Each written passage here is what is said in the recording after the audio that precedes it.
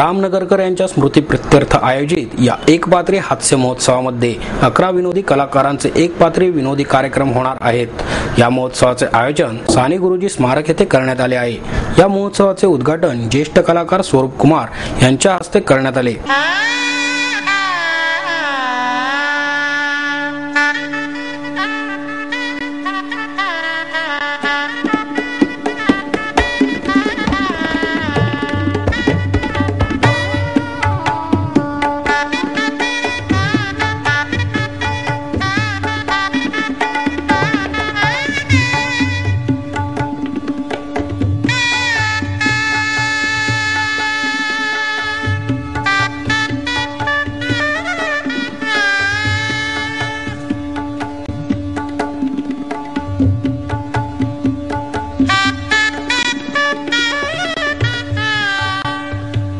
यावेळी वंदन नगरकर आदी मान्यवर व्यासपीठावर उपस्थित होते। या प्रसंगी बोलताना स्वरूप कुमार म्हणाले, दैनंदिन जीवनात माणसाला बरेच टेन्शन असते, पण तेच माणसाला मेन्शन करता येत नाही।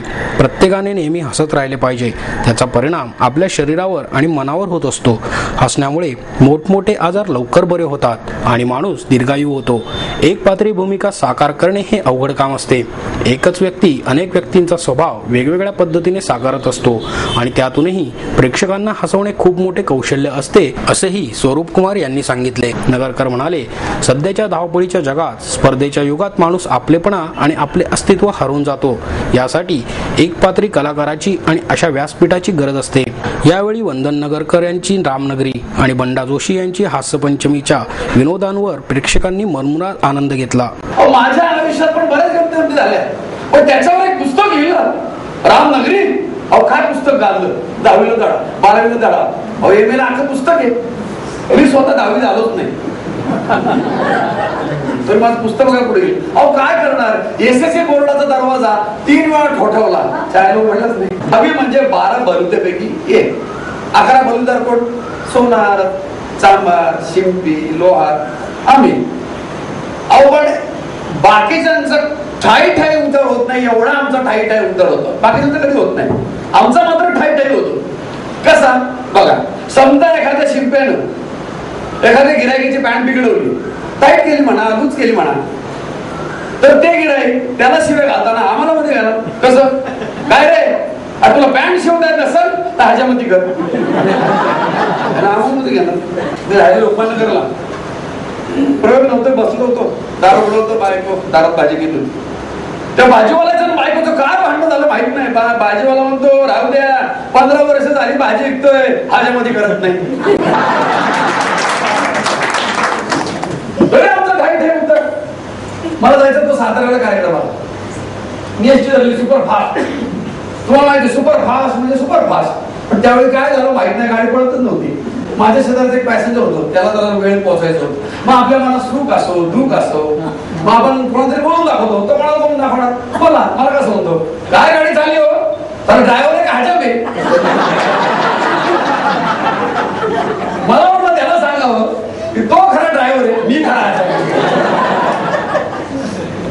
असं असलं तरी माझ्या बापाला आमच्या जातीचा भलता अभिमान। या पुस्तकात मी आमच्या सगळ्या घरातल्या जे मंडळी आहेत ना, बायको, माझा चुलता, माझा आजा, या सगळ्यांच्या गमती जमती लिहिलेल्या आहेत। आता माझा आजा, आणि हा आजा आहे ना, तो शिवाय बोलू शकत नव्हतो। तुम्हाला सांगतो, काय शिवाय द्यायचा, सरळ बोलणं माहितीच नाही। कसं समजा एखादा माणूस आला असेल, त्याचं नाव समजा महादेव आहे, नीट हाक मारायचं येईल का नाही, पण नाही ना, कसं हाक मारायचा, ए महादेव, ए हळव्या, काय गरज आहे का, शिवाय सारखं शिवाय। समजा ट्रेन बंद चाललं असेल आणि सरळ बोलणं माहितीच नाही, वेळ जाऊ म्हणून आपण बोलतो। समजा एखाद्या वेळ झालं, काय भावना, पुढे चालला, माझा मी ना मसनात येता काय येता, त्याला घेणं बरोबर, सरळ बोलणं माहितीच नाही, नीट बोलणं माहितीच नाही। एवढं कशाला, आमच्या आजीला त्यांच्या बायकोला हाक मारताना सुद्धा, एठावळे धोतरा, एठावळे पाणी आण, एठावळे हे आण, एठावळे।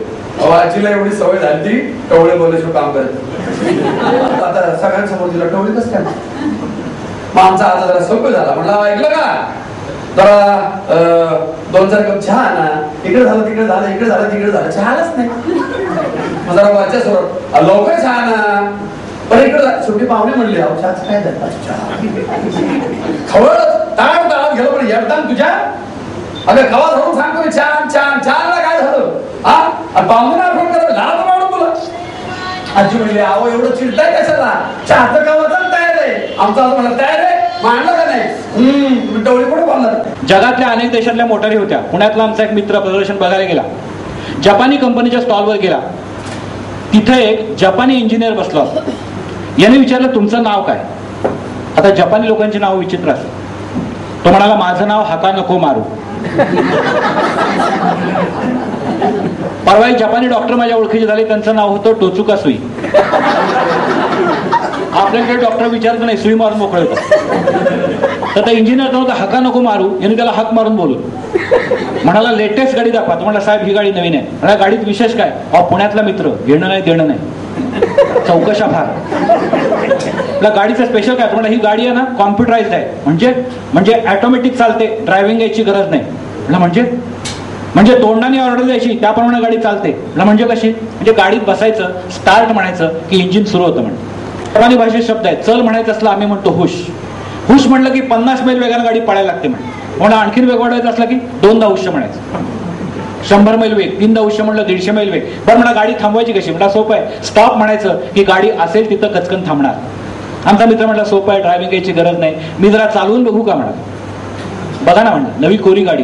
गाडीत बसला स्टार्ट म्हणाला इंजिन सुरू झालं. हुश म्हणाला ही 50 मैल वेगानं गाडी पळायला लागली. 2 हुश म्हणाला.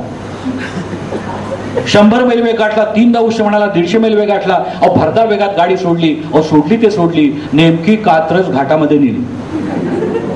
अहो घाटातली वेडी वाकडी वळणं बघितल्यावर गडी घाबरला. गाडी थांबवण्याचा शब्दच विसरला.